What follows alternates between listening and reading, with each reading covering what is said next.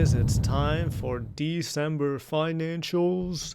Financials. Financials. Financials. There's not that much to do for December financials because it's going to be the same thing that we've done for the last 6 months. Nothing new, nothing really exciting. I'm just going to take a look at this here. I mean, I've been updating this as I remember more things or as I obtain new subscriptions. I've been updating the expenses over here. Coming up soon, we're going to start filling this out. I know I've been saying that for quite a while, but we're going to start filling this out with some pretty cool stuff right here. It's going to have a lot to do with investments, really. This is the investment portion, investment side of the diagram. So we have that to look forward to. I have already gone ahead and just put in all the details here for December, right? This is December. So I've already put in this information from YNAB. So, okay, so interest was there. Actually, I think I missed a thing. Hold on, let me go find it. Yeah, I had missed a little interest portion there. So I went and added that. Not a big deal. But so yeah, that's the income for December. It's pretty straightforward. 38.15.92. Expenses are pretty much all the same. Didn't pay any fees for the first time since June, right? There's always been some kind of fee, like there was a little bit of fee here, an even tinier amount here. This month, completely fee-free, nothing in fees. The other category is higher than it's ever been before. And I think what we're kind of going to see is this other category being increased. Rent is pretty much always going to be the same. Like these numbers are close together. Health, it's going to average out. It's not going to like increase dramatically or decrease dramatically. Groceries is going to be pretty much the same. Insurance is going to be pretty much the same. Subscriptions are going to be pretty much the same. Dining out is going to be pretty much the same, even if everything opens up. I mean, here in San Francisco, we're on total lockdown and all the restaurants think that they can't open. But even if they do open, I don't foresee, I mean, maybe for a few months, dining out is going to be higher. But it's pretty much going to be the same. Transport, it is going to change a little bit. There's some things changing with my work. So hold on one second.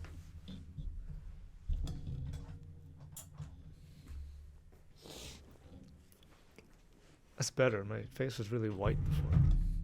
So I'm going to acquire a new mode of transport. Right now I have a bike, which I bought. This is the 340 here represents the purchase of the bike that I got. So I'm going to be buying some more bike accessories and that sort of thing. And then also probably going to be acquiring a different type of transport as well. So that's going to increase for a while. It's, and then this other category is everything that doesn't fit into any of these categories. So more stuff is going to be going into the other category, I would imagine. Like this is going to increase to some amount, right? But all of these things are going to remain the same. They're not really going to change that much at all. All right, so the total expenses for this month was $26.02, bringing my net income for that month to another 4 digits, $12.13 and 61 cents. Coming down here to the cash flow statement, we have the net income from above. We have adjustments to the net income. We have liquidations. I didn't sell anything this month. Nothing happened there. We got cash back, 408.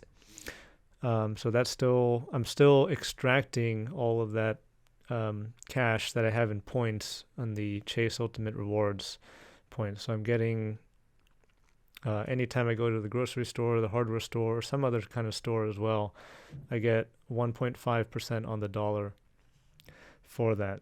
Gifts were 701. Reimbursements from work to 2010. So new debt, smallest amount of new debt that I've ever gotten actually. And then debt servicing is about the same as before. Nothing is going into investing. That's still zero for a while. This is gonna change very soon here. So net cash flow was was great. It was 2278. All right, and that's the income and cash flow statement here. So let's go on and check out the balance sheet. All right, so while this is December, it is the 11th of January right now. So on the 31st of December, I actually went and got all the data for this, okay? And I did it on the 31st particularly because that's a nice like ending point for the year. You know, like what do you end up with at the end of the year? That's what all the numbers here are. All right, so Schwab checking, I'm not going to go through everything here, but total assets 10,904.58. Okay, and then all the credit cards, some of the credit card debt adds up to 10,340.85. And again, this is the only one that's carrying a balance. The rest of them are just paid off, so that's whatever the balance is on those accounts at the moment. The net worth is 563 now. So I've broken zero and we're now in positive territory. So it's a pretty nice journey, I guess. Starting off in, let's see, in May. I mean, I have it there. I don't need to. Oh, you can't see it. Starting off in May, minus 10 grand. And then over in July, we went to minus 11 grand, 11 and a half.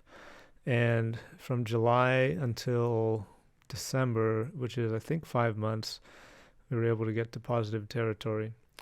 So this is not really anything super impressive. I mean, there's people who do this a lot faster and a lot better than I did. But it just goes to show that, you know, if you set this up, it's going to do wonders. I mean, it's going to go to work for you, really. Like, you're not going to have to, I mean, think about how much that I actually did. Besides, you know, setting up this automation here and setting up this automation here, right? And then just living my life as normal, not really making any huge changes. I didn't go, you know, pinch pennies. I didn't go start clipping coupons or looking for deals on every little tiny thing that I bought. I basically just lived as I normally would. You got to understand though that the mindset that you build, or the way that the relationship that you have with money, is based on a lot of your past life experiences. And the financial mirror is the thing that kind of is the ground level for that. If you do this first at the very beginning and you kind of uncover yourself, then the rest is all very easy and very possible. If you skip this step, and a lot of people they don't want to do the step because it's hard. It's hard looking at the things that you've purchased and coming to terms with them. Just looking at the stuff, right? There's a lot of pain. There's a lot of feelings of negativity and stuff that can come out of there. But you really got to do that before you do anything else, because that's the foundation for it. It's the financial it's the foundation for the financial foundation. And actually, if we look into this program here, that's what we do at the very, very beginning. I'm going to find that slide here real quick. But the mirror, the identity work, and the getting to know yourself is the foundation for everything else that we have done. The machinery that we've built, and then the financial foundation. It's not possible without this step. Really, it's not. And you can start with this. You can do this, and you can do this. You can do this, and you can do this. And I mean, just by doing them, you are going to get this built as you go along, right? But I would recommend, like, having gone through this whole experience, that you do start with this, the really hard part, because it makes this and this a lot easier. It really does. Okay. So that's it for this video. Okay. And if we come over to the savings ledger, then what we want to do is allocate the remaining, or the unallocated savings into different, into the different buckets here. I've been updating this as I've been going along. Like, I've been adding things in. Like I think this is new. This is new, right? I bought a bike already, so I've already spent 340 on there. So necessarily, I'm gonna put 340 there right away. I need to get some new shoes.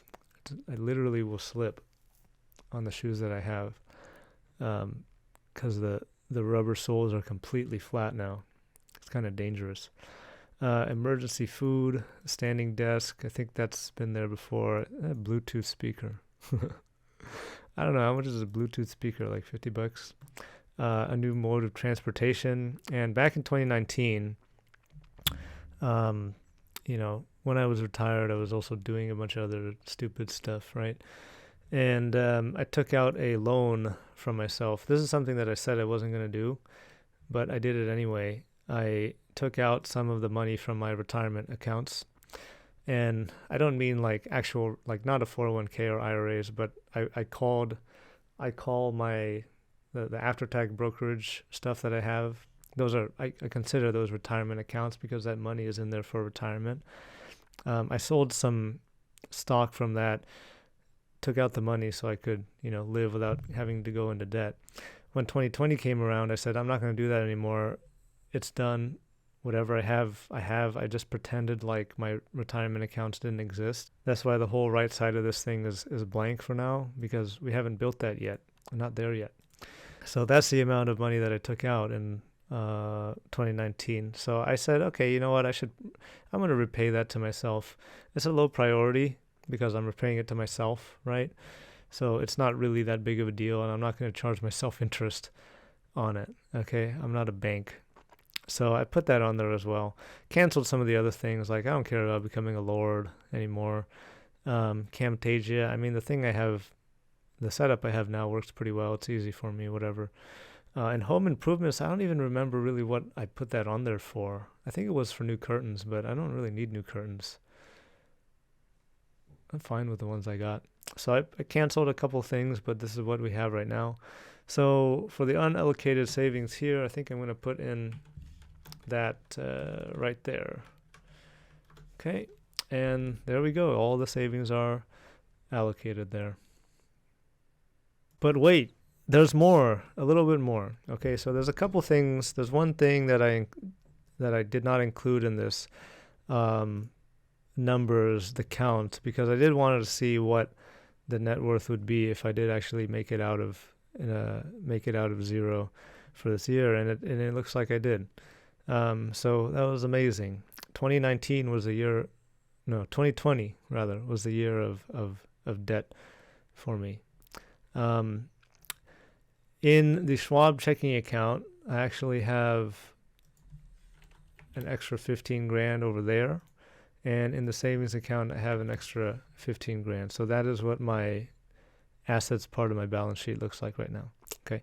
So what happened was that at the very end of the year, like a few days before the year ended, my dad called me up and said, hey, Arjun, I want to give you a gift. So he gave me a gift of 15 grand. And then he said, well, I can also do it through my wife. So he had his wife send me another 15 grand. So I put 15 into here, into the checking account, and 15 into my savings account. That's just kind of like how they were received by the two givers here. Now, why 15 grand? So 15 grand is the current limit for tax-free gift giving that you can give to your children, your grandchildren. I think you could even do your nieces, your nephews, and maybe if you want to do it to your parents or your grandparents or something like that. Within the family, that's a limit for the tax-free gift that you can give. Now, anything above that, you can still give something above that, but anything above that is going to be taxed at a rate, and I don't know what that rate is exactly, but there is a limit for how much tax-free giving you can do. Okay, so it was very nice. It was very nice of him to do that. It's totally unexpected. I wasn't expecting that at all, but it's nice to receive gifts. So the asset looks pretty good right now. It's very healthy, and the net worth all of a sudden has increased to 30.5 grand. Does that make sense? 30 grand and 563. All right, whatever. So if we go back to the cash flow statement here, this is the place that we got to change it. We have to change it in the gifts section. So that is the amount of gifts that came in for December. All right, so that was a very healthy cash flow for December. So in the next video, I'm going to talk about, because this is a large lump sum of money, and there's actually another lump sum of money that I'm getting from the company that I used to work at has been acquired, and I'm getting they're buying up all the stock, so they're going to pay me for the stock that I own. So that's also coming. So in the next video, I'm going to talk, it's going to be a mindset video. We're going to discuss what should you do when you get a big lump sum of money, because it will happen to you. It might happen to you at some point. I'm not going to say it will happen, but it could happen to you at some point. And when you do get in a big chunk of money like this, your mind is going to go all crazy with ideas and, oh my God, I can do so much now with all this money. And if you kind of carry that mentality, you kind of run with that a little bit, then you haven't really learned anything from any of the stuff that we've been doing. I'm going to talk about what to do with that. Okay, so yeah, stay tuned for the next video.